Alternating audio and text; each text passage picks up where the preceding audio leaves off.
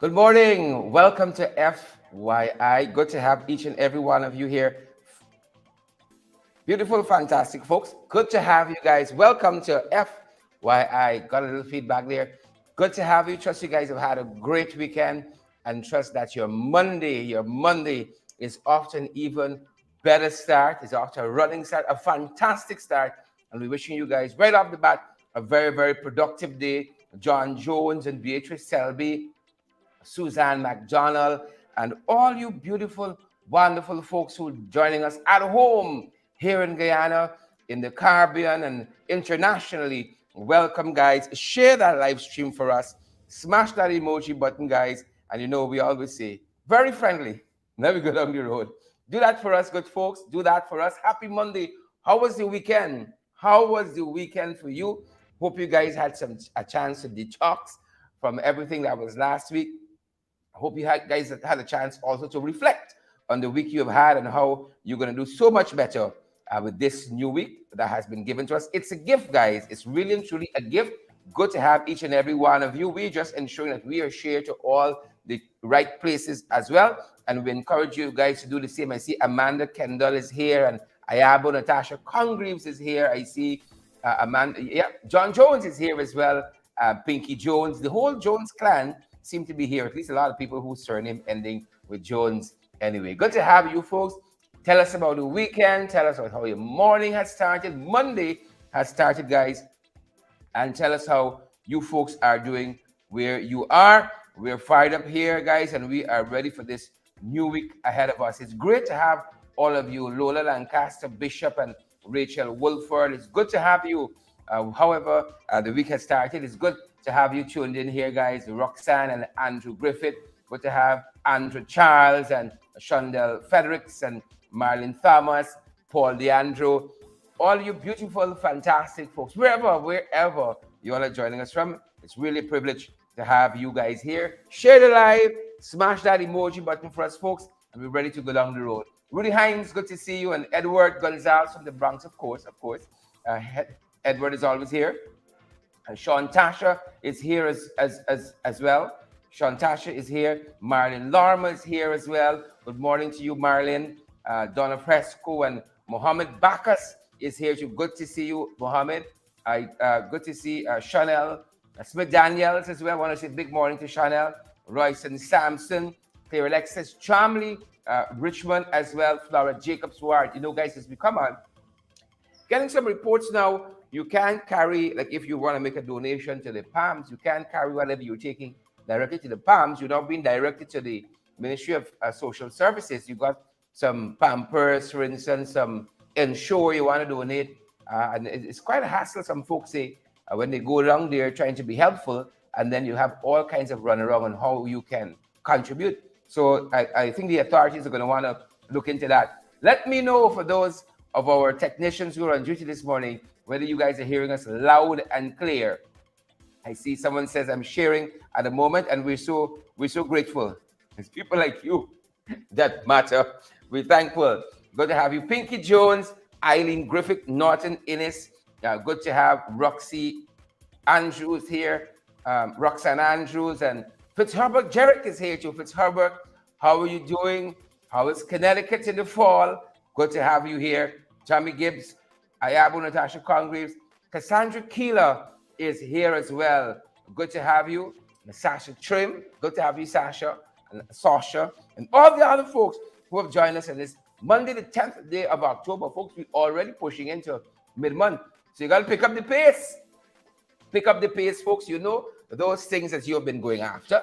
You know those things you're pursuing in pursuit of happiness and everything else. You know, folks. And so we say, pick up the pace a little bit. We already at mid-month. We're creeping up to mid-month. It's the 10th, folks. And by the time we get to the end of the week, we would have been at mid-month and moving on. Pick up the pace a little bit. Derek McCalmont and Karen Clark, Ronald Worrell, John Lancaster, all the other beautiful, fantastic folks. Good having you, Ann Nelson and Leslie Tomside, Gwyneth Anderson, wherever, you beautiful, fantastic folks are joining us from. Happy Human Happy for those of you who are still celebrating. Orin Don Cook says, I done share. Y'all be like Orin, man. Be like Orin. There's one thing we got to ask you every morning. Marcy Wiles. You know, if I was on the other side, and even though we were on this side, I done share it, or I need to share it already. Guys, good to have you, Dan, Grimzandi, and Sasha, all the other beautiful folks who are joining us. Good to have each and every one of you. Lots happening with the Harbor Bridge folks, and we're going to be talking about that later on in the broadcast. Lots happening at the Harbor Bridge, and the guys are going to want to take a real good look at it. And you know, they got some schools of thought that's out there that's saying you got some conspiracy theories as well. We're going to examine as we get to that, talking about what's happening with the Harbor Bridge. It seems like when boats approaching the Harbor Bridge now, everybody gone blind or they put on blinders. When folks are approaching the Harbor Bridge, they can't see it. And so instance after instance we saw in the last 2 or 3 weeks, vessels are hitting the Harbor Bridge. I don't know. They got to put on the glasses to hear and take it off to see. So it's quite concerning and quite alarming at this point what's happening with the Harbor Bridge. Right? It's quite alarming. But we're going to be discussing that and some other issues. I'm trying to get a check of the names that are there. But good to have each and every one of you. Anita Atkins and Carlotta Ronalds and Ronald Worrell. A Facebook user, I don't know. Why your parents give you a name like Facebook user? Just Facebook user. Ayabo Natasha Congraves. Good to have you. Nicole Brandis Higgins. Good folks like you keeps the program moving forward. Guys, it's Monday morning. You should be energetic, fired up, and ready to go. And so we encourage all of you guys to share the live and smosh that emoji button for us. Gail Mingo and Earl Walcott, Jada Clark. We see you there as well. How are you doing, Jada? How is the weather where you are? What's for breakfast at your end? Good to have you. Good to have you folks. Juliet Mickle is here with us. Gwen Anderson, Gail Mingo. Guys, how are you doing? Happy Monday. Happy Monday. And guys, don't wait for Monday to decide what kind of day you're going to have. You be the thermostat in your day to determine what the temperature of the day is going to be like. Take on the day, challenge your day to be productive, and I'm sure you're going to get somewhere. Lindsay Lohan. Yep, we got celebrities among us. Lindsay Lohan is here, and John Jones, Juliet Mickle, Leon Blair, we see you. Good morning, Leon. How are things at your end? Kamal Prasad. Kamal says, profound condolences to family and friends of Bartica. We are in grief, loss. Another good son has gone. Yep. Kamal, you're going to tell us some more about that. Sharon McPherson and all the other guys who are joining us. Sharon McPherson, Kamal Prasad, of course, is the Region 7 Vice Chair. Region 7 Vice Chairman of the region. Regional Democratic Council at Region 7. Kamal Prasad is the Vice Chair. Good to see you, Kamal. Good to have you at this end. And all the other folks who join us. Magnell Barrow and Gwen Anderson. Good to have you. Sasha Trim. Good to have you as well. Good to have you folks. Lots to share with you. We're ready to get to it. But guys, share the live. Smash that emoji button. We'll be privileged if the shares reflect the amount of persons who are watching us. You know, we sell off. We sell off like that. Guys, we hope you fired up. We hope you got some rest this weekend. Guys, I got the chance to go to the theater with family this weekend. And if you get a chance to go and see A Woman King, please do. With Viola Davis. That Viola Davis owns that movie. She's a total force in that movie. Woman King. I'm telling you, you're not going to be disappointed. I see some folks are having cornmeal porridge and biscuit. Juliet Mickle says she's having for breakfast. Yep. I encourage you guys, take some time out, from your week. A weekend even better. You can eke out a good space, a good chunk of time, and go and see Woman King at the theater. Them guys should cut us a check here. Just doing this bit of advertising for them. You've had a chance to see it, guys. Have you had a chance to see it? Have you had a chance to see Woman King as yet? With Viola Davis in the leading role. Fantastic, phenomenal film, start to finish. I was at the edge of my seat right through. And I'm a big critic of films. And that one had me spellbound. Start to finish, Woman King. Whatever you're going to pay in the theater is worth it. It's worth it. And on the bright side, you're going to get a little escape from the monotony of your usual day. Take some time out and use that as me time. Go and see Woman King. It's at the theaters locally, and I'm certain where you are. It's out in theaters. It's out in theaters. Ariel Hector says she's watching from Atlanta, Georgia. Good to have you, Ariel Hector. How is Atlanta, Georgia this morning? What is the temperature on the ground there, Ariel? Or Ariel? Good to have, or is it Ariel? Good. Gail Mingo, good to see you as well. And Tommy Gibbs, all the other folks who are joining us, guys. It's a real privilege. We count it nothing short of a real privilege to be here with each and every one of you. Beautiful, fantastic, lovely, kind-hearted, uncontroversial people. You know how much we love you guys. You all know how much we love you already. But good to have each and every one of you here. It's a fantastic, fantastic, fantastic Monday, guys. It's nothing short of a fantastic Monday. And guys, we hope you start the day the right way. Reflecting on the Creator, whoever He, Shaki, some of y'all know, or she, maybe. You know, they say God is gender neutral.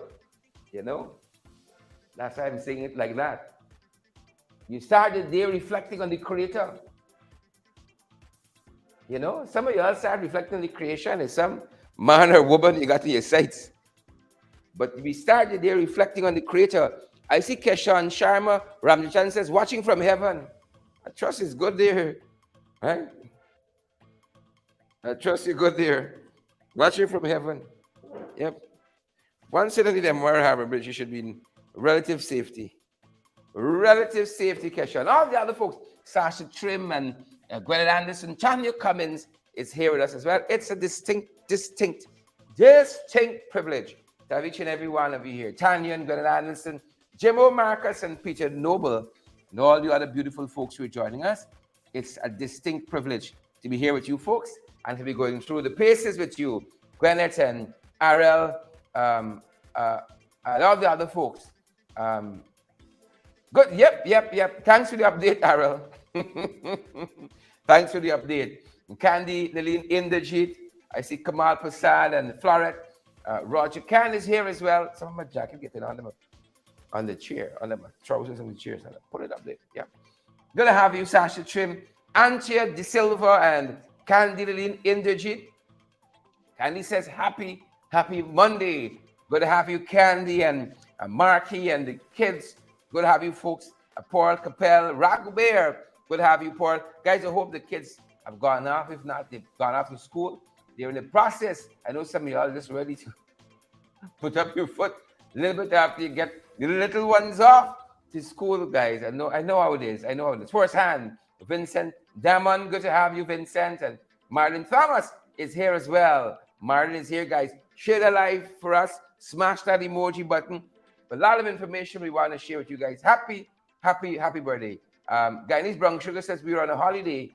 Happy Yubanabi. Happy Yubanabi to each and every one of you folks. Happy Yubanabi. Wherever you guys are joining us from this morning. Karen Archibald and Anche De Silva. It's good to have you here. Happy Yubanabi. Wherever you guys are joining us from this morning, share the live. Smash that emoji button for us. And we're gonna have a good go at it. Good to see you, Sasha Trim. Marlon Thomas is here as well.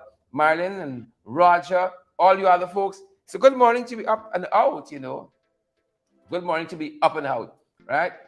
You know, Marlon says a holiday. Yep. Like it's a holiday all over the world. Like it's a holiday all over the world, right? Is it? Some folks say today is a holiday. Is it a holiday all over the world? Is it?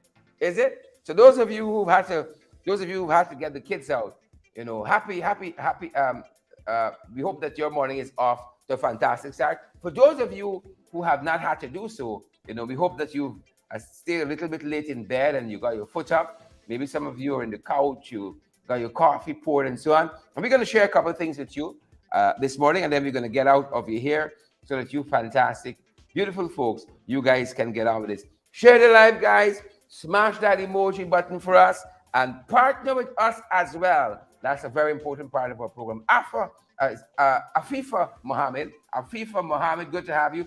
Afifa says, good afternoon. Which part of the world are you joining us from, Afifa? Afifa says, good afternoon. Sandra Holder, good to see you. Aubrey Lennox, good to see you. Aubrey says, morning Guyana. Morning, neighbor. Yep. And all the other guys, Joy Kosha, joining us as well. Good to have you, Joy. Give thanks, folks. Give thanks. It's a new day, and we got so much to be grateful for. So let's give thanks. So let's give thanks. So we're starting off, folks. Where are we picking up from? We are coming from what's happening, guys, in the morning papers. Lots to discuss in the morning papers, guys, and my. Yeah, lots going on. Lots going on. Good to have you folks, wherever you're joining us from. Joyce Prince and Flora Jacobs Ward, Roxanne Garraway, Juliet Mickle. Good to have you folks. We're starting, guys, from the morning papers. What's in the morning papers by your end? Have you had a look at the morning papers? Quite recently, somebody was traveling to Guyana, and I asked them to pick up a paper for me, and they pick up. Uh, Mr. Cherokee is going to like this. Fitzherbert is going to like this. They picked up, told you guys, a copy of the Current there in Connecticut. Trying to see where I put it down. Right? Pick up one of the newspapers from Connecticut, but it's a hassle to find it because, like a lot of people, the point I want to make, like a lot of people don't read the papers anymore, and it's not only here, right?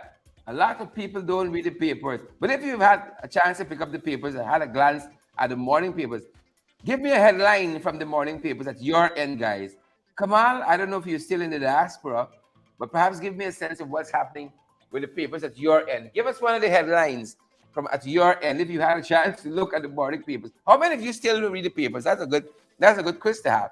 How many of you folks share the live, smash that emoji button for us, and let us know how many of you folks still read the morning papers, right? Wherever you are, still read the morning papers. Someone else was bringing a copy of the New York Times to me and forgot it on the aircraft.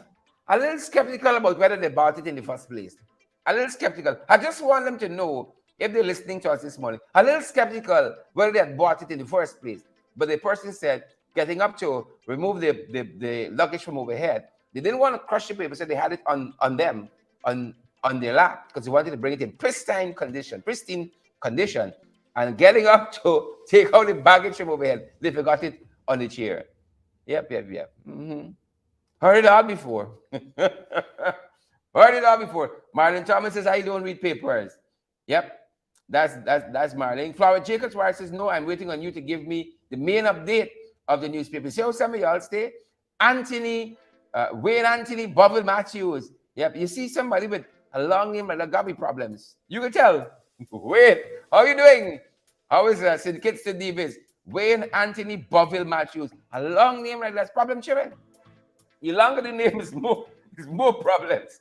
More problems. Good to see you, Wayne. I trust you great where you are. I trust the weather is fine, and wishing you a productive day to you and Joe and Corinne and the whole gang in St. Kitts and Davis. Hope you guys have a productive week. I hope money make this week. Money got for Met. Chanel Smith Daniels. Yep. Good to have you. Chanel and Donna Fresco and Sasha Trim. Marlon Thomas. Stay at Liverpool. And all you other beautiful, fantastic folks, wherever you guys are joining us from. We're going to head into the morning papers. We want to touch on a couple things. And the first thing we want to, well, I'm a little ambitious apparently. The first thing we want to bring to attention, let me see. Let me just let this update for a second. maybe that's the way to go. The first thing, guys, we want to bring to your attention is this. Let me get it right. Yeah, the guys at the Sugar Estates are celebrating. You know, every time they get a little, they surpass the production target. It doesn't matter by how much, 0.5, 0.1. Everybody's break out the champagne. Perhaps that's the way to go. And the jury's still a little out on that, for me personally. But as soon as they hit a little excess of the production target, people start back flipping at Albion and Port Morant and Blairmont Estates. You see a little 4%. They gone over the production target for the week by 4%, 8%, 7%. People started doing backflips. Never mind, for a long time we didn't touch it. Production target by miles. You got a little 0.5. Then boys start doing backflip, asking for raise and pay, 16% and so on. The different, in the sugar industry, do different, right? We haven't opened back one sugar estate as yet, but yet, folks, you have thousands of persons being employed back into the sugar industry. But 2 years on, the promise of reopening the sugar estate is still, folks, a fleeting illusion, apparently to be pursued, but never attained. Quoting Bob Marley there for you, and by extension, Haile Selassie, Emperor Haile Selassie, to be pursued. It's a dream to be pursued, but apparently never attained. But the guys have cleared some production targets for the week, and I guess we could be a little thankful because at least perhaps maybe we don't have to line up for sugar and we won't have to ration sugar anymore. So maybe there's that to be thankful for. If we go for production sugar, at least we should be getting some better packaged sugar. And I heard a lot of folks, Jim Marcus and June Thomas Hilkins, were complaining about even the quality of the packet sugar. You know, Grumsy. That's what the folks saying. If you don't understand what Grumsy mean, we ain't got the time this morning to pull out the guy in his lexicon to inform you and to bring you up to speed. It's Grumsy. Who don't know? That's what the folks. It's little Grumsy. It's little Grumsy. Right? So guys, we are watching that, and that's just one of the things we're following in the morning papers. Another thing that we're watching, you see these promises? You see these promises that these boys make? Is this engineer's bill? They promised us an engineer's bill. Basically, you have some oversight into lots of the infrastructural construction work that you're seeing. Better oversight. Better oversight. You know what could need some oversight? The Harbor Bridge. The Harbor Bridge, folks, could use a lot of oversight because some of the stuff happening there, we ain't agreeing with too much. Some of the stuff happening there by the Harbor Bridge need a lot of oversight. Guys, we're in the morning papers, a lot of oversight. And some of the stuff we've been seeing perhaps on the East Bank, where the road construction is concerned, we're not too pleased with it at all. So this engineer's oversight bill, while Angel is telling us it has not been forgotten, well, I ain't too think of persuaded. He said it has not been forgotten, the engineer's bill, and it will offer some oversight, folks, into some of these projects. Right? And that's what's needed, you know. We need a lot of oversight. Not a little bit, a lot of oversight, because again, the talk and matching the action. And perhaps like a good pastor, like a good shepherd. And I'm using good here in the broader sense. You know, when a jelly is talk a good talk, but that's where it stops. You don't fulfill the rest. He don't fulfill the rest. He's talk a good talk, but you see the actions limited. Limited action. He's talk a good talk because again, guys, some of what we're seeing that is happening with construction, this thing is needed. This kind of bill that brings the oversight is badly needed. Where you create like an inspector general that would present and give oversight to some of the projects that you have happening. It's something that is badly lacking and badly needed. And some of what we saw just recently in the East Bank, folks, some of what we saw just recently in the East Bank in terms of some of the road construction there leaves a lot to be desired and tells us why such a piece of legislation is even more relevant. But one of the things that caught me here is when one Edgel says one of the reasons why this bill has not come to fruition as yet, 2 years later, why it has not come to fruition as yet, is the PAC legislative agenda. Well, that one had me there. One Nigeria, you had me at PAC legislative agenda, because if there is any legislature, any parliament, any National Assembly that meets infrequently, it's the one in Guyana. And if you have a PAC legislative agenda, one will think you would meet as often as you can to dispense in the people's interest with what's on the agenda for the legislature. But not this one. As a matter of fact, in the last year alone, them boys met about 15 times. The National Assembly met about 15 times. And if you minus a meeting for budget debate and some other stuff that is on the yearly legislative agenda, then I don't know what the agenda packed with, because they're clearly not looking into the things that really and truly matter. And again, underscoring the need for such legislation, it's what's happening on the East Bank. The guys are telling us that within the last few weeks leading up to cricket, they would have resurfaced one of the roads there on the East Bank. This some rehabilitation work, resurfacing was part of the process, you know, because when foreigners come in, they often nice up. We deserve it ordinarily, but when foreigners come in, you can split up and you can nice up. And that road, unfortunately, has already begun to deteriorate. Well, I ain't hear one edge yet on that. He's not held alive on that as yet.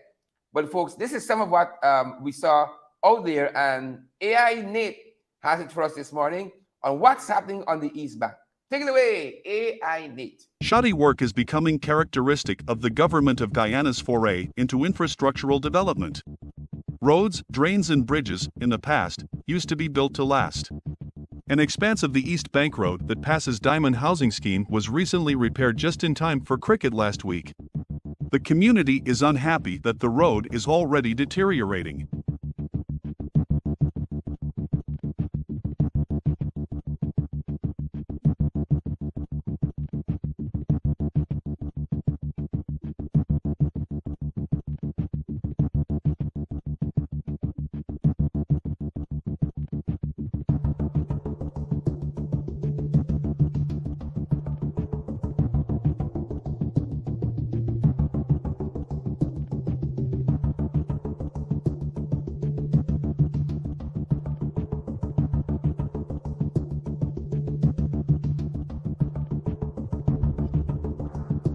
Minister of Public Works Juan Echil keeps harping about contractors observing one standard of work and being held accountable otherwise.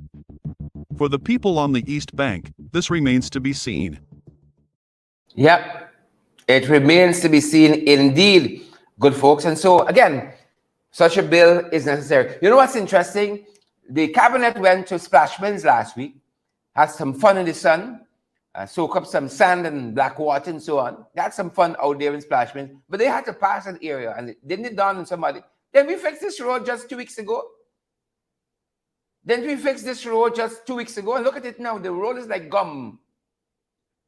It's like gum, soft and gluey.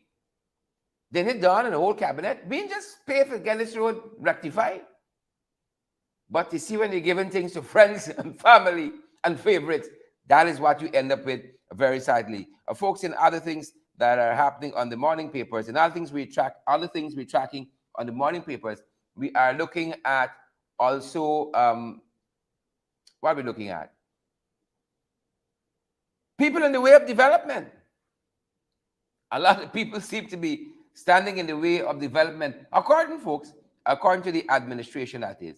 Quite a few folks seem to be standing in the way of development, and we're tracking, for instance, these folks at Great Diamond, who the administration said they have engaged several times, and they're preventing the four-lane highway in this Great Diamond area.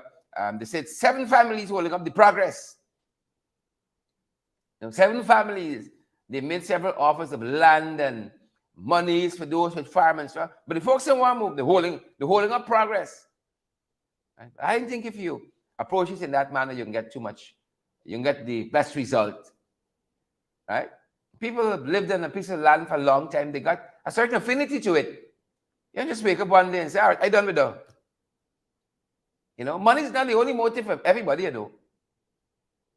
Right? But I guess the folks from the people find that difficult to believe that money is not the only motive. People weren't lying down or sitting down thinking, when the government can offer me money for this land, you know, a little bread for this land. Money is not the only motive for everybody. And so they're getting some challenges there, and they say, oh, the people hampering development. Right? The people hampering development. Veronica Primo Rollins, I hope y'all are hampering development. Louise Wills and Marvel Shorts and Nero DeJean, hope y'all are hampering development. Right? I hope so. So while that's happening on the East Bank, you know, on the West Bank, we saw Minister Vikram Bharat. He's saying with this gas to shore pipeline, he said only a few to be affected. Right? They've already acquired some of the land, and they had a meeting recently, and they want to offer the people peanuts again, just like a great diamond. They wanted to bring their quote-unquote mega projects. Say, no, a mega project is work out. They want to bring the mega project, the pipeline, and people must just move out the way. Give up your family land, you know, we got all your family history, ancestral land. Just move out the way, because big project come to town, or come to Region 3, come to Wales. the big project land. So you must just pack up and kiss an area goodbye you've lived in for 30 years. And I believe if they come in a very high-handed way, or you're going to be more persuaded. Well, we see how they're going. Again, it's only a couple of them troublesome. It's only a couple of them. If you read the report on the Great Diamond experience with them trying to acquire the land, they say, oh, it's some of them want to be political because they don't want to pack up. As soon as they say jump, they say, oh, they want to be political, right? They must they must leave politics out. Just give up. The shelter over your head because they're nice, because they're looking handsome and pretty. That's what they expect. Well, the folks doing what they got to do. I can't say I'll do differently. You got to really come at me. You got to really come at me proper. And so they're telling us that 7 families holding up the progress at Eccles to Great Diamond 4-lane, holding up that project. And then Barrett saying only a few affected by what's going to happen at with the gas to show pipeline, with the gas to show pipeline route there over at Wales. Yep. And I don't know what the deputy REO was doing over in Region 6, but the dwelling place that the REO uses went up in flames over the weekend. Fires at the PPP. Didn't tell you all. Right? The Region 6 REO, the building that housed the REO's dwelling went up in flames, and the reports indicate that the REO was in Georgetown at the time, but began making his way back to Region 6 when he learned that his dwelling place, the government property that's providing for housing for the REO, was on fire. And the origins of that fire is yet unknown. But it's every week, every day in this country we have it. There's fire. It's just a reality. And that's why we were happy last week, Fire Prevention Week, when we saw a number of members of the public were being trained in fire prevention and fire containment and all that good stuff. But unfortunately, the building housing the Region 6 REO was not so lucky. That was destroyed by fire. Just over the weekend, every day is fire, every week almost, it's fire. And while we're tracking that, good folks, we are also tracking what's happening with the murder of this GTI student who we told you guys were beaten very badly by the Stabrook Market area. And we learned that 2 juveniles have been charged. 2 juveniles have been charged, and there was a wanted bulletin out for another fellow. And so that's how that is going. They pronounced a brutal beating on Samuel Granham at the Stabrook Market area there. And Samuel and a colleague of his, they were waiting for transportation. A brutal beating. The family still wants to know what evoked that. And again, 2 have been charged with the murder of GTI student Samuel Granham, who was beaten into a state of unconsciousness and succumbed at a city hospital after the hospital told his family, his mother and father, there was nothing more that they could do for him medically. He was in a vegetative state, and the decision was taken. They have to take him off of life support. You know, you send your 19-year-old into the world to run an errand, and you don't know they ain't coming back because they got some folks out there who are cruel, and that's the world we're living in. Unfortunately, that's the world that we live in. So our thoughts and prayers go to Samuel Granham's family, and let justice be done. Let justice be done. A couple additional issues we want to bring to your attention. EPA seems to be in the headline a lot these days. The EPA, and they're telling us that 1 month later, you know, we told you there was an oil spill with Lisa 1. Some crude oil got into the ocean, and reports are that 1 month later, the EPA can produce a report as to what really happened. And it will be interesting to see the recommendations coming out of that report. But the folks down at the EPA, they have taken a couple steps back. And everyone who knows that this EPA has no independence.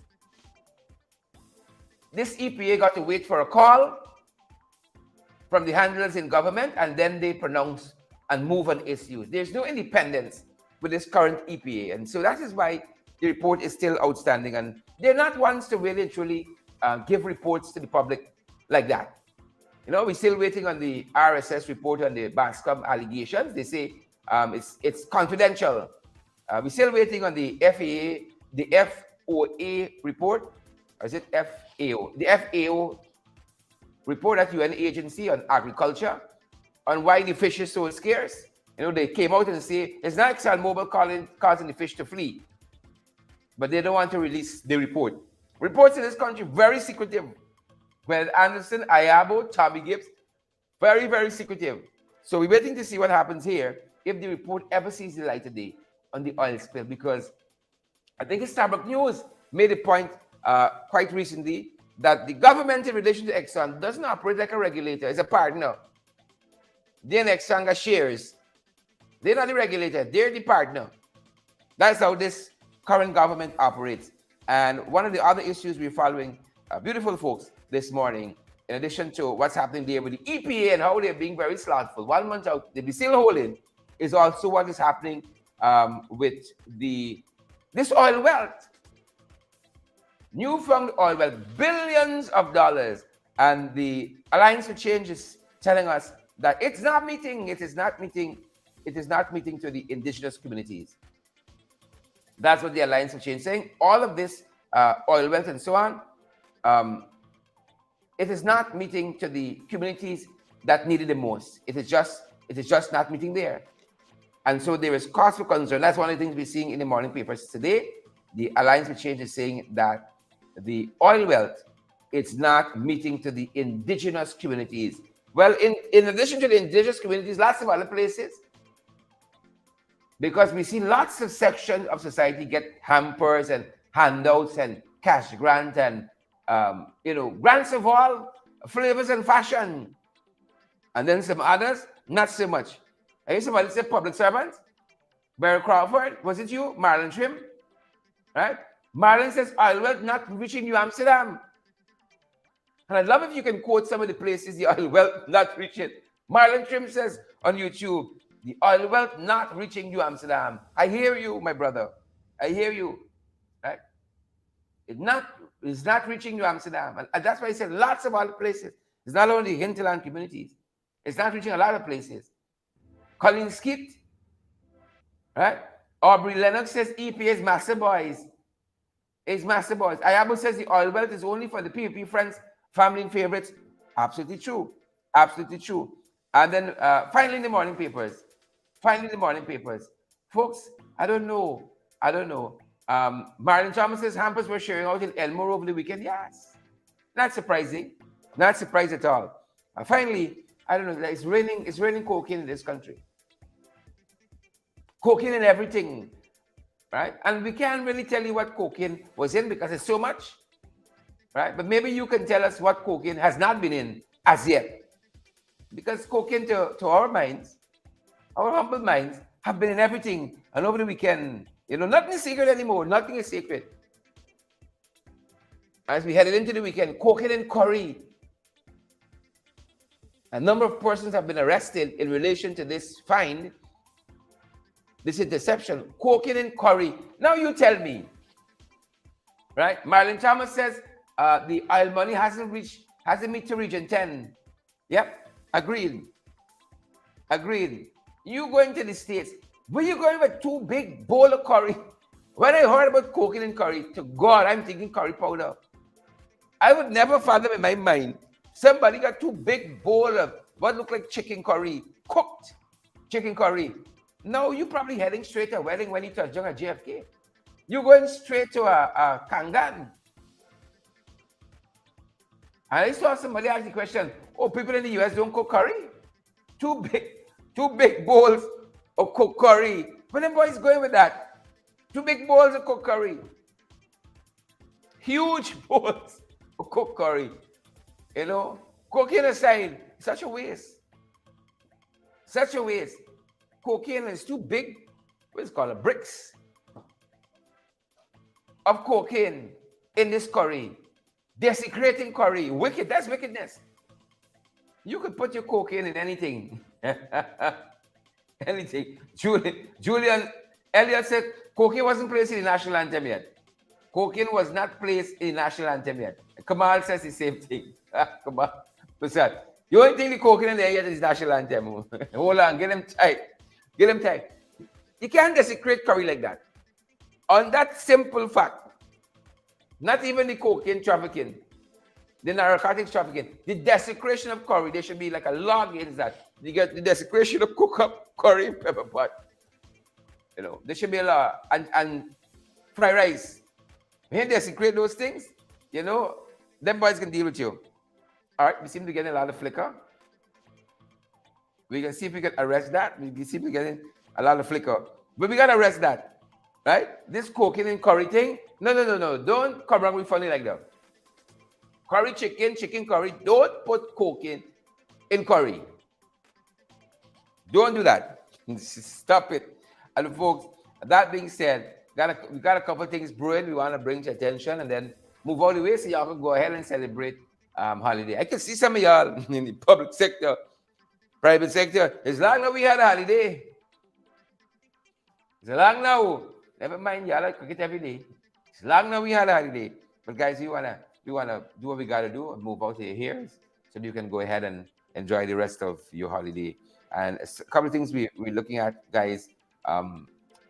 Where the morning brew is concerned, a couple of things brewing internationally, a couple of things brewing around the region, and a couple of things, guys, and listen to that, brewing locally too.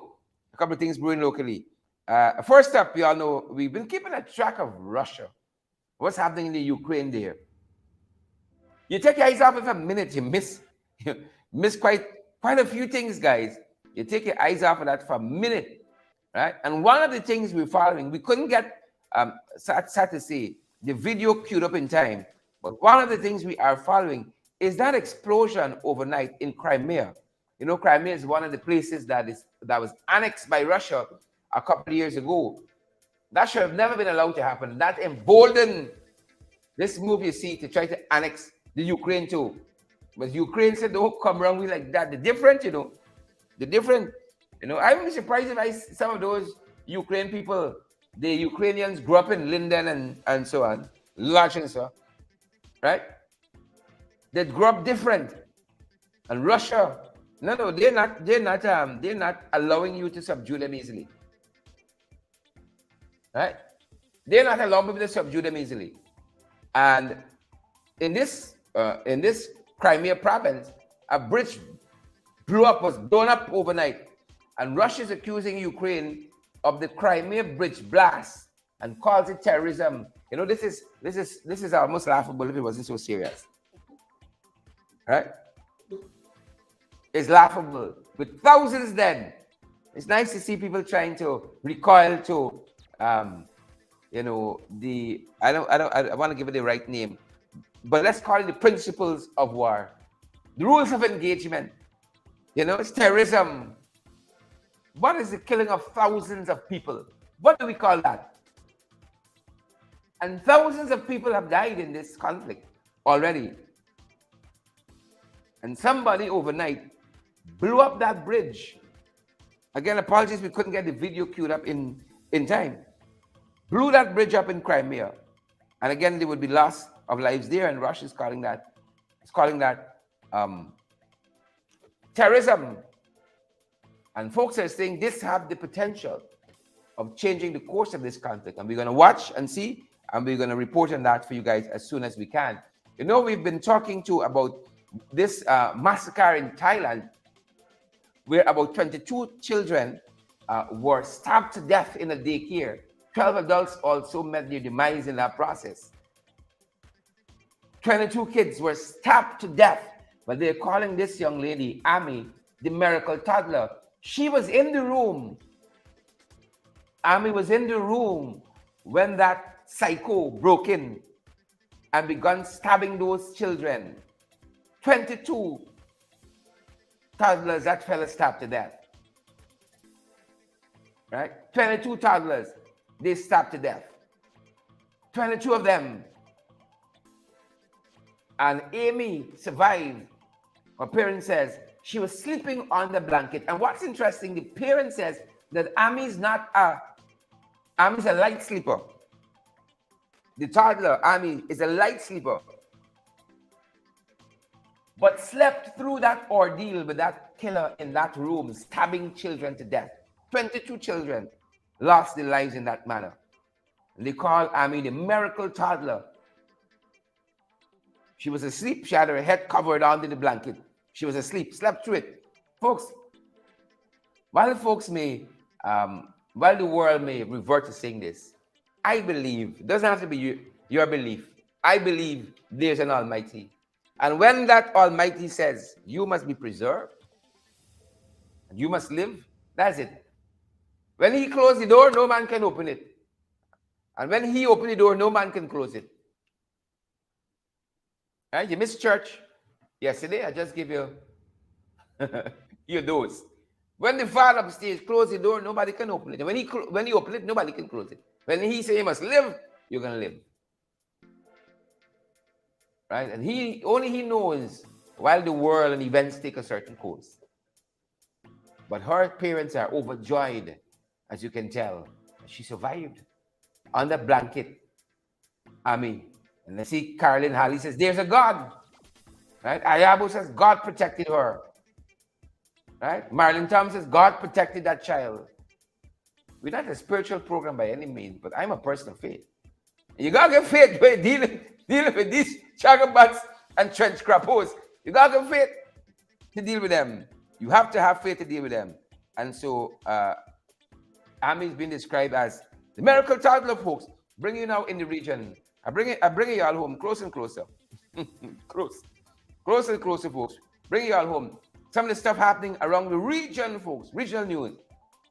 I think we're there right next door, if I'm not mistaken. What's brewing this morning? Some stuff brewing in Venezuela, folks.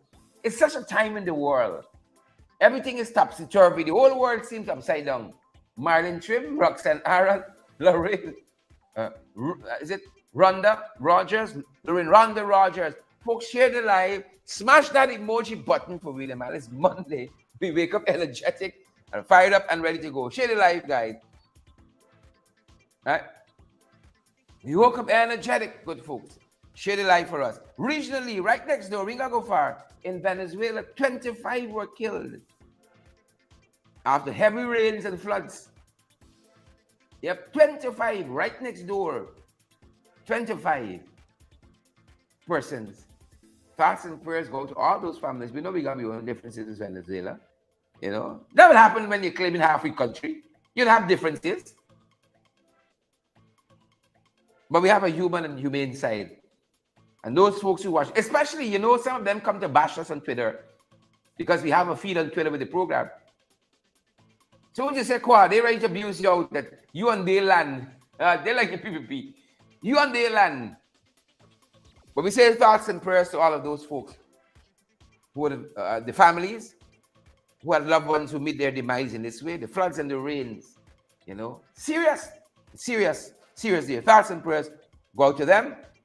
And I think we got another thing that we're tracking that's happening regionally, folks. Thoughts and prayers with the Venezuelans. A number of them saw Joe Hamilton the other day telling us that they want work here and so on. Yeah, they're good. Haiti, folks.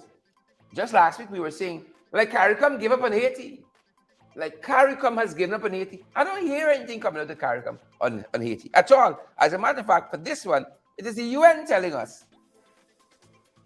The UN boss, the UN chief, telling us that a rapid action force is needed to help Haiti. All know things are spiraling out of control. And last week we report here that one of the main fuel stations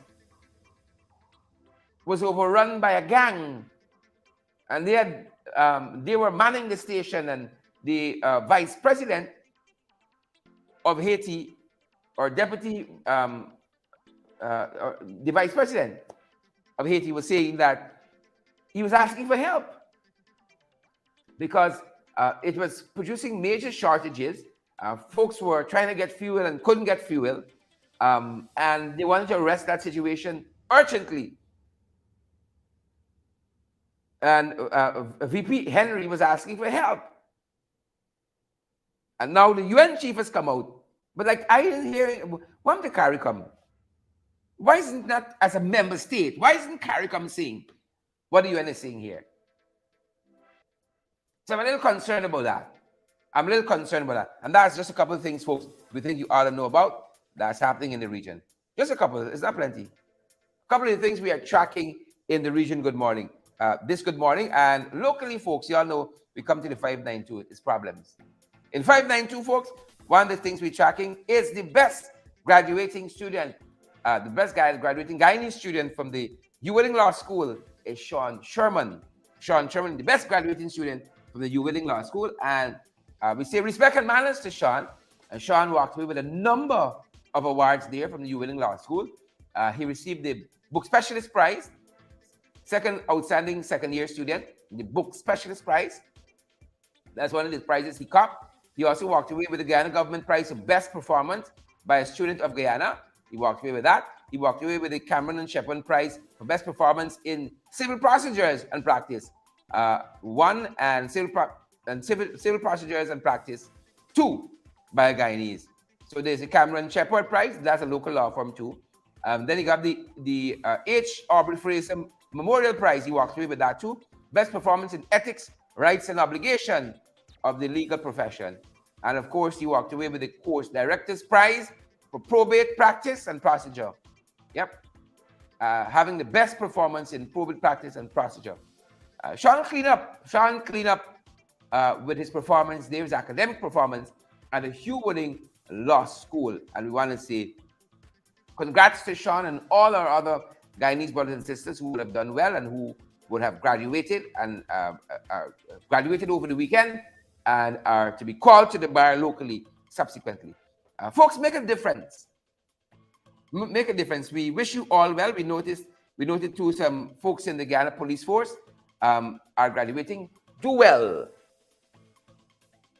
Right? Don't let the law be about, practicing law be about trickery. Right? Tricking people and conning people in an academic way. And them is some of the worst con artists you could find. The institutionalized ones. Right? Do well for people. Serve your clients well. That's my own encouragement to these folks who would have gone on to higher learning and are about to be admitted to the bar to practice locally. Do well, do well, do well. One of the other things we're tracking locally, folks, is this issue of the Mahaika woman who was hoarding all of this gold, hoarding. Right? Because some people are going to hear H-E-R-D, hoarding all of this gold. They're telling us that this morning that she's not likely to face any prosecution, even though it was a lot of undeclared gold. She is not likely to face any prosecution because a number of the entities that should be pursuing investigations, when contacted, we picked this up from Sabak News, when contacted by Sabak News, said that they were not pursuing any active investigation of the this woman who is described to be a part of the gold mining community, and her name is given as Bibi Aklima Gobadan. Bibi Gobadan is the woman whose 1,000 ounces of gold was stolen from her premises by contractors that were doing work in her house. You see, you gotta be so careful who you bring by your house. 1,000 ounces of gold. And then buys a nice time to buy car and fridge and TV, mats, and a whole lot of things were stolen, you know. Whole lot of things they bought, minibus and all kinds of stuff. 600 million in gold stolen.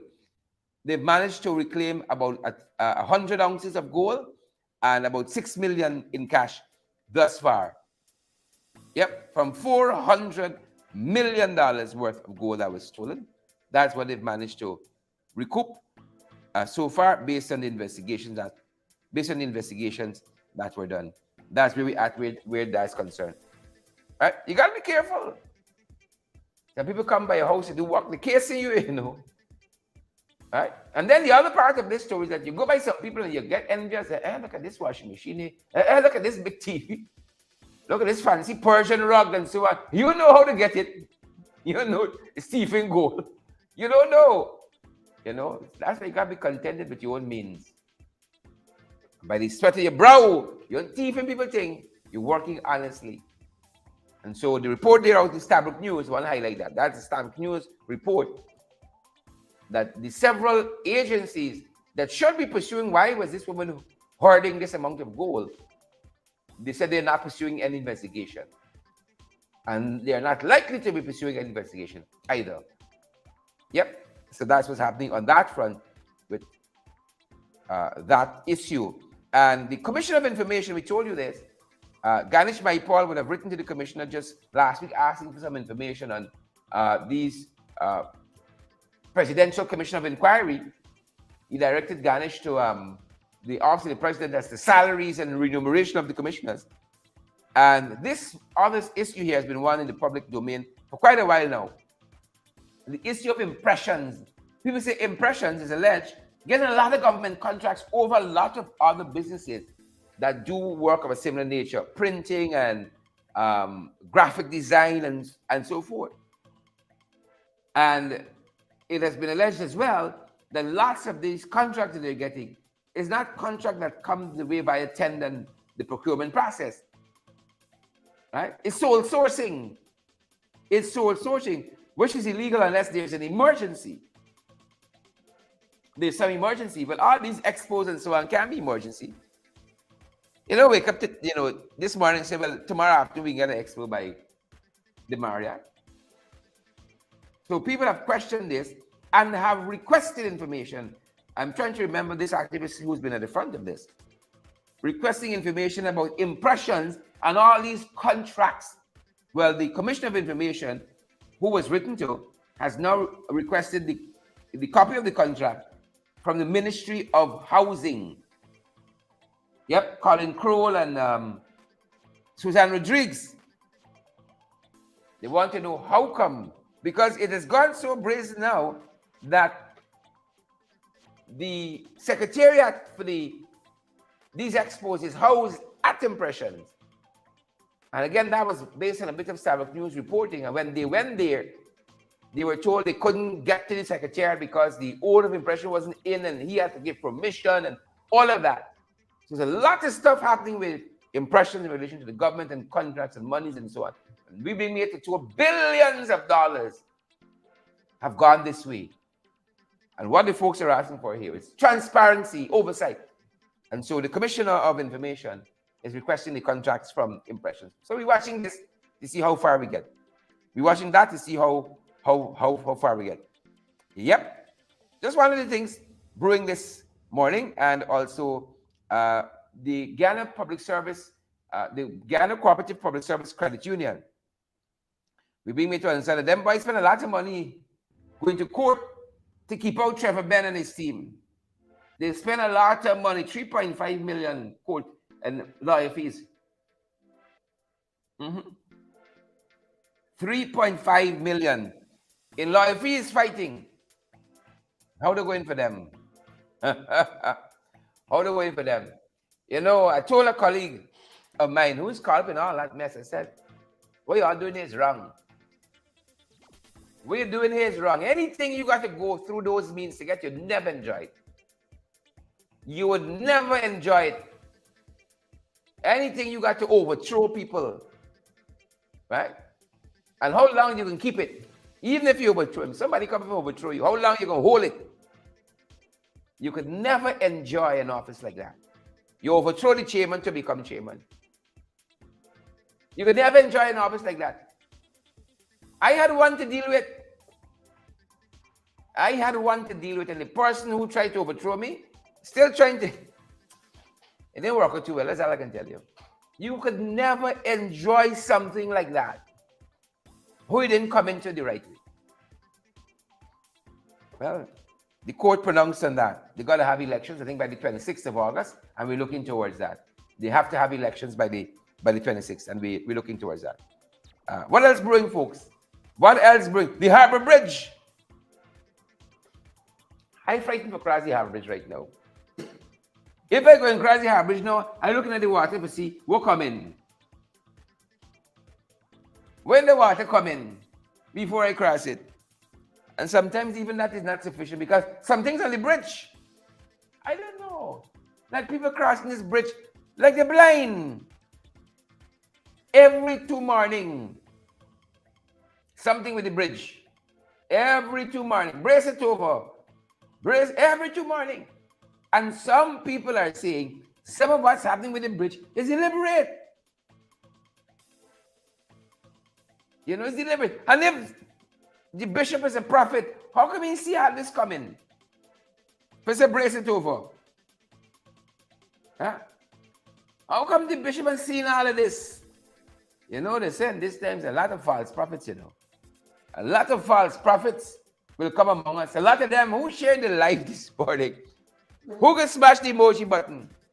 A lot of false prophets. A lot of them false prophets we got to deal with. Folks, we look back a couple of weeks at what's been transpiring in the Harbour Bridge. And we got AI Nate out front for us on this. A lot of things happening with this bridge, and some of it, we're mindful that it could be deliberate. It could be deliberate, and we'll tell you why at the other end. We'll tell you why. Some of this is frightening to think about it. Frightening. AI Nate out front for us. In the very early hours of Saturday, October 8, 2022, the Demerara Harbor Bridge became inoperable after a Gawel-chartered fuel vessel slammed into the bridge, resulting in extensive structural damage and shifting the bridge out of alignment. Commuters were stranded on both sides. All right, I think I want that from the top. Let me take it from the top, nicely from the top. In the very early hours of Saturday, October 8, 2022, the Demerara Harbor Bridge became inoperable after a Gawel-chartered fuel vessel slammed into the bridge, resulting in extensive structural damage and shifting the bridge out of alignment. Commuters were stranded on both sides of the bridge. It was chaos. Confusion would later ensue at the Vredenhoop-Stelling, as thousands converged on the area, eager and desperate to cross. The few boats present were packed beyond capacity. In the last few weeks, the Demerara Harbor Bridge has come under tremendous assault, resulting in immense disruptions to commuters. On October 7th, for instance, there was disruption to traffic due to an immobile vehicle on the bridge. Just the day before, another immobile vehicle on Span 9. On September 21st, a fishing boat drifted recklessly into Span 29.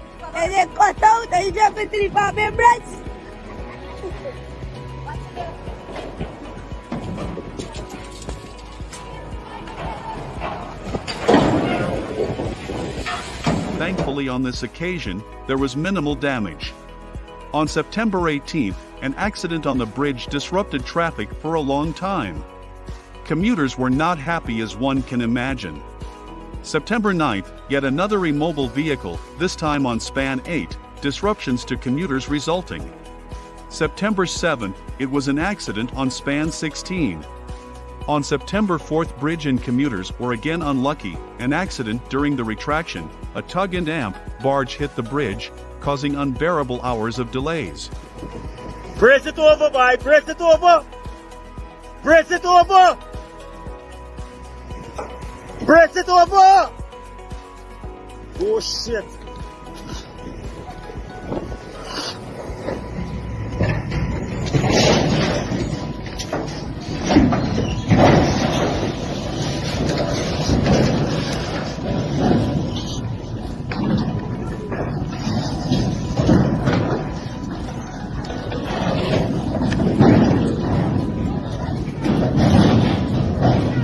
As a result of the latest mishap, the Demerara Harbor Bridge is expected to stay closed for at least the next 72 hours. Officials are hoping to complete some major repair works by early Monday morning, but they have indicated that the current damage is far more severe than other recent incidents. Yep. Brace it over. Brace it over. Yep. A lot going on with that bridge in recent days, and they're telling us that the bridge is on track to reopen this evening. Sometime this evening, it's on track to be reopened tonight to traffic. And then we're hearing outside of that, that the new Harbor Bridge must be vigorously pursued. That's where the conspiracy theorists start. The new Harbor Bridge, this is one of the reports out of the Guyana Chronicle this morning. The private sector is telling the administration, the regime, the new Harbor Bridge must be vigorously pursued. And then here from Ali, again, this is the Guyana Times, saying that government to expedite work on new Harbor Bridge. Very interesting. government to expedite work on New Harbor Bridge. Now my contention is this.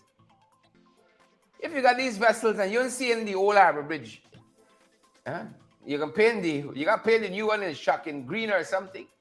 Shocking green and yellow. Because clearly the pilots are seeing this bridge. The captains of these vessels. But them guys said this is impetus to vigorously pursue the New Harbor Bridge. Vigorously pursue it. And then they want to expedite. Ali, comments attributed to Irfan Ali. Government to expedite work on the New Harbor Bridge. Expedite work. When you're crossing this Harbor Bridge, there's no guide. You know, like when those guys are bringing in the aircraft from the runway. You know, you're signaling. You know, gate number something, what have you.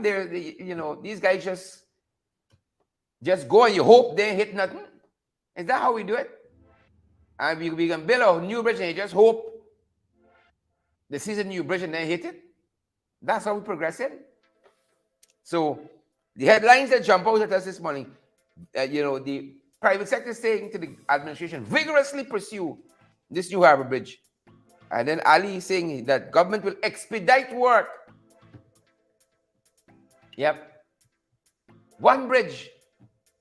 And 2-3 times a week now, a boat hitting it.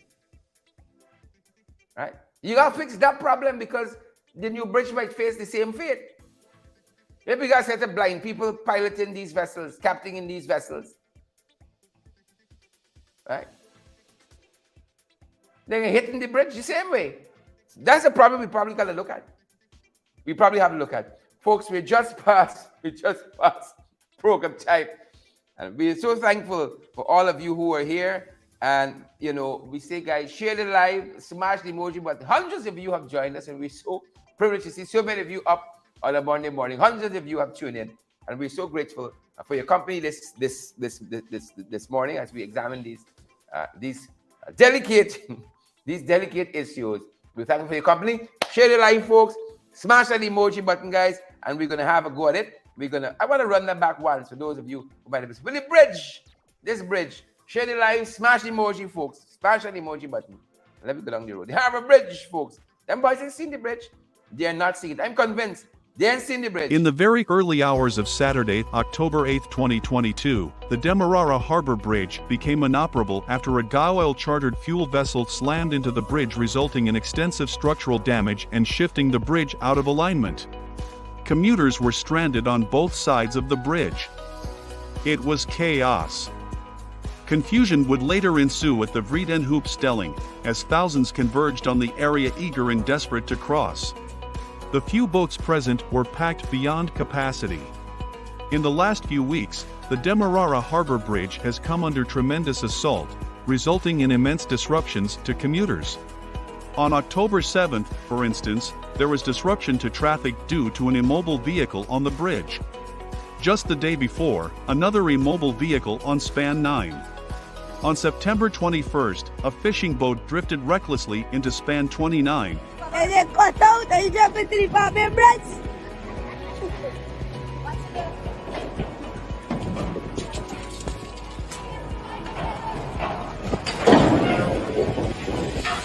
Thankfully, on this occasion, there was minimal damage.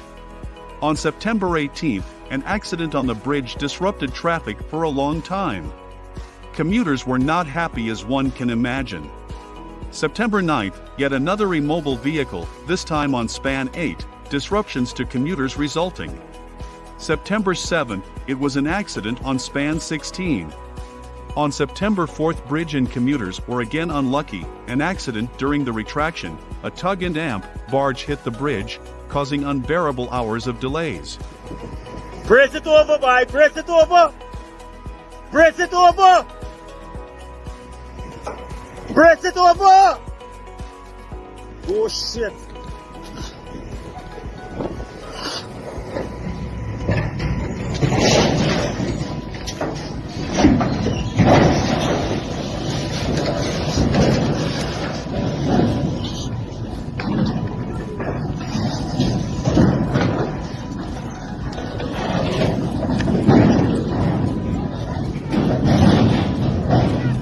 As a result of the latest mishap, the Demerara Harbor Bridge is expected to stay closed for at least the next 72 hours.